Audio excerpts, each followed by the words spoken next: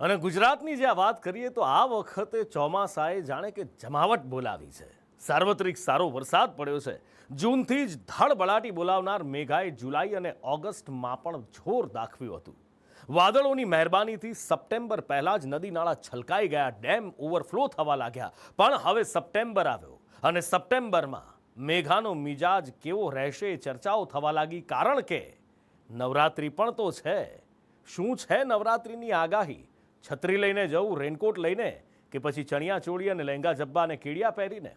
જુઓ. આ ચોમાસામાં મેઘાની જમાવટ, જૂનથી ઓગસ્ટ બોલાવી રમઝટ. ગુજરાતમાં ચોમાસું સિઝન હરખની હેલી લઈને આવ્યું છે. મુશળધાર વરસાદથી ગુજરાત પાણીદાર બન્યું છે. નદી નાળા, પૂર અને જળાશયો ફૂલ જોવા મળી રહ્યા છે. પાટણના સરસ્વતી બેરેજમાંથી પાણી છોડાતા પાટણથી સરિયાદ જવાનો રોડ પાણી પાણી થયો છે. 20થી પણ વધુ ગામોને જોડતા રસ્તા ઉપર પાણી ફરી વળતા લોકો મુશ્કેલીમાં મુકાયા છે. ઉપરવાસમાં પડેલા ભારે વરસાદના કારણે જે રીતના સરસ્વતી નદીના અંદર પાણી છોડવામાં આવ્યા હતા અને જે રીતના સરસ્વતી નદીનો આ વિસ્તાર છે, આ પટ છે સરસ્વતી નદી વિસ્તારનો, કે જ્યાં આગળ કહી શકાય તો 4થી 5 ફૂટ સીધા 4થી 5 ફૂટ જેટલા પટના અંદર પાણી ભરાયા છે. જે વાહન ચાલકો છે તે વાહન ચાલકો માટે આ જગ્યા અત્યારે જોખમી પણ સાબિત થઈ રહી છે, કારણ કે આ રોડ જે છે તે રોડ અંદાજિત 20થી 25 જેટલા ગામોને જોડતો રોડ છે અને તેના આ રોડ ઉપર 2 ફૂટથી 3 ફૂટ જેટલા પાણી ભરાઈ જવાના કારણે વાહન ચાલકોને ખૂબ જ મુશ્કેલીનો સામનો કરવો પડી રહ્યો છે. ડેમનું પાણી છોડાતા ભિલોડાનું જૂના ભવનાથ મંદિર બેટમાં ફેરવાયું. મંદિરના આકાશી દ્રશ્યોમાં ચારેકોર પાણી જ પાણી જોવા મળી રહ્યું છે. મધ્ય ગુજરાતના પાનમ ડેમમાંથી પાણી છોડાતા મહીસાગર નદીનું જળસ્તર વધી રહ્યું છે, જેના કારણે કાંઠા વિસ્તારના 26 ગામોને એલર્ટ કરાયા છે. પાનમ ડેમમાંથી મહીસાગર નદીમાં 1 લાખથી વધુ ક્યુસેક પાણી છોડવામાં આવતા હાલ મહીસાગર નદી ગાંડીતુર બની છે. વેરાખાડી પાસેથી પસાર થતી આ મહીસાગર નદીના દ્રશ્યો છે, જેમાં મહીસાગર માતાનું મંદિર આખું ડૂબી ગયું છે. માત્ર શિખર જ બહાર દેખાઈ રહ્યું છે, તેમજ જે લગ્ન ચોરી છે તે પણ પાણીમાં ગરકાવ થઈ ગઈ છે. અહીંયા આવેલો હાથીઓ પથ્થર એ પણ પાણીમાં ગરકાવ થઈ ગયો છે. હાલ મહીસાગર નદી બે કાંઠે વહી રહી છે. ખેડાનો વણાકબોરી વિયર પણ છલકાઈ ગયો છે. રૂલ લેવલ કરતા 9 ફૂટ ઉપરથી અહીં પાણી વહી રહ્યું છે. બીજી બાજુ વડોદરામાં ખાબકેલા ભારે વરસાદ અને ઉપરવાસના પાણીથી ઉંડેરા તળાવ ફાટ્યું છે. ઉંડેરા ગામમાં 2 દિવસથી જળબંબાકારની સ્થિતિ છે. 2 દિવસ પહેલા વડોદરાના બાજવા અને ઉંડેરામાં વરસાદ ખાબક્યો હતો અને હાલ અહીંયા પરિસ્થિતિ એવી છે, ઉંડેરામાં જે તળાવ ઓવરફ્લો થયું છે, તળાવ ફાટ્યું જ કહેવાય, એ તળાવના જે પાણી છે તે આસપાસના વિસ્તારોમાં અહીંયા ફરી વળ્યા છે. ઘૂંટણસમાં પાણી અહીંયા ભરાયા છે. લોકો આ પાણીમાંથી જ અંદરથી બહાર આવવા જવા માટે મજબૂર બન્યા છે, કારણ કે બીજો કોઈ રસ્તો નથી. દાદા, તમે અંદર જઈને જો તો ખરા. અચ્છા, કેટલા દિવસથી છે? હવે 3 દાડા થયા છે. અચ્છા, આમાં જ રહો તમે? બસ આપા જ અંદર 48 કલાક જેવો સમય થઈ ગયો. વિરામ લીધો, જ્યારે વિરામ લીધો ત્યારે પાણી આખા વડોદરામાં ઓછું થવું જોઈએ, ત્યારે ઉંડેરામાં પાણી વધી રહ્યું છે. 2 દિવસથી ભરાયું છે, નીકળતું નહીં પાણી. અચ્છા, કેટલા લોકો રહે છે અહીંયા? અહીંયા 70 ઘરો છે.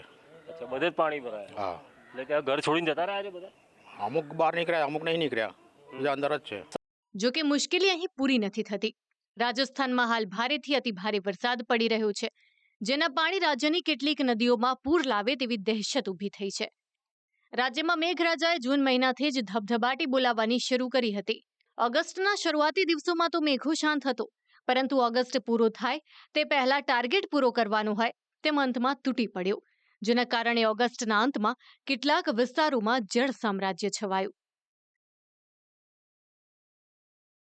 આજથી સપ્ટેમ્બર શરૂ થયો છે, પણ ઓગસ્ટમાં અને પાછલા કેટલાક મહિનાઓમાં કેવો વરસાદ રહ્યો તેની વાત કરીએ.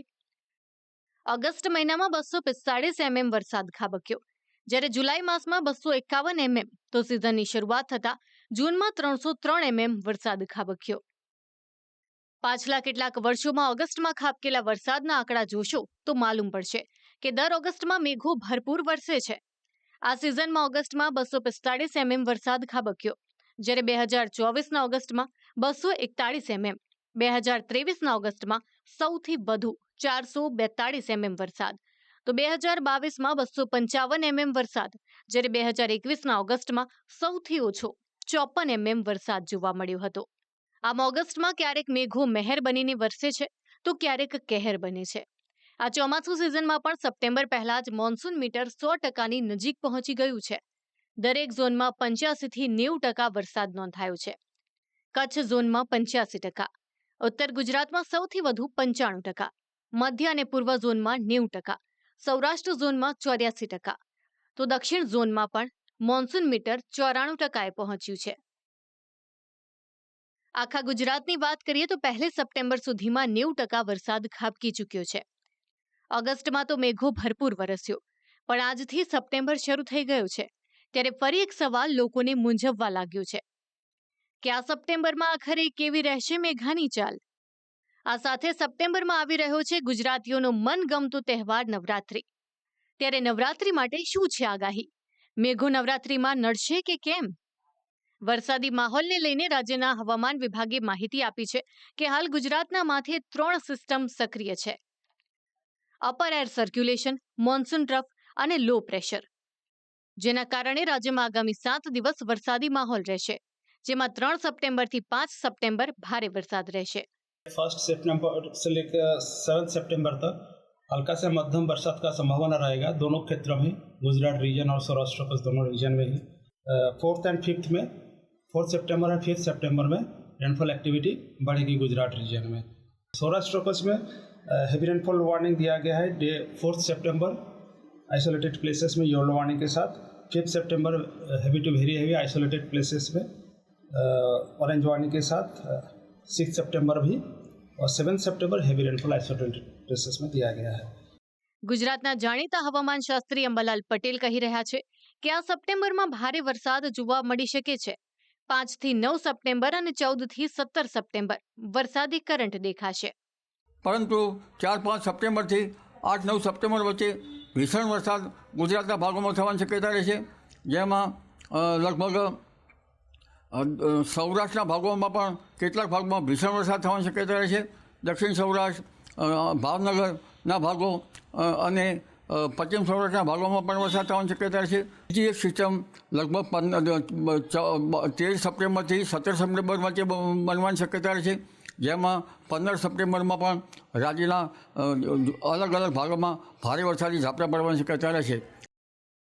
હવામાન શાસ્ત્રી અંબાલાલ પટેલ કહી રહ્યા છે કે નવરાત્રિમાં ગરમી સાથે વરસાદી માહોલ રહેશે. વાદળછાયા વાતાવરણ સાથે વરસાદી ઝાપટા પડશે. નવરાત્રિના ભાગોમાં પણ હળવો વરસાદ, કોઈ ભાગમાં હળવા વરસાદી ઝાપટા પડી શકે. નવરાત્રિ શરૂઆતમાં વાદળવાયુ રહેવાની શક્યતા રહેશે અને લગભગ નવરાત્રિની 6ઠ્ઠા નવરાત્રિથી 10મી નવરાત્રિ સુધીમાં રાજ્યના કોઈ ભાગમાં વરસાદી ઝાપટા પડવાની શક્યતા રહેશે. આમ ઓગસ્ટમાં આકાશી આક્રોશ દેખાયા બાદ સપ્ટેમ્બરમાં મેઘરાજાની સટાસટી જોવા મળી શકે છે. નવરાત્રિના તહેવારમાં પણ વરસાદ વિલંબ બને તેવી શક્યતા છે. જો કે આ સિઝનમાં મેઘો અત્યાર સુધીમાં 90% વરસી ચૂક્યો છે, જ્યારે બાકીની ઘટ મેઘો સપ્ટેમ્બરમાં પૂરી કરશે. પણ મેઘાનો મિજાજ જોતા એવું લાગી રહ્યું છે કે આ સિઝનમાં 100%થી પણ વધુ વરસાદ ખાબકી શકે છે. બ્યુરો રિપોર્ટ, સંદેશ ન્યૂઝ.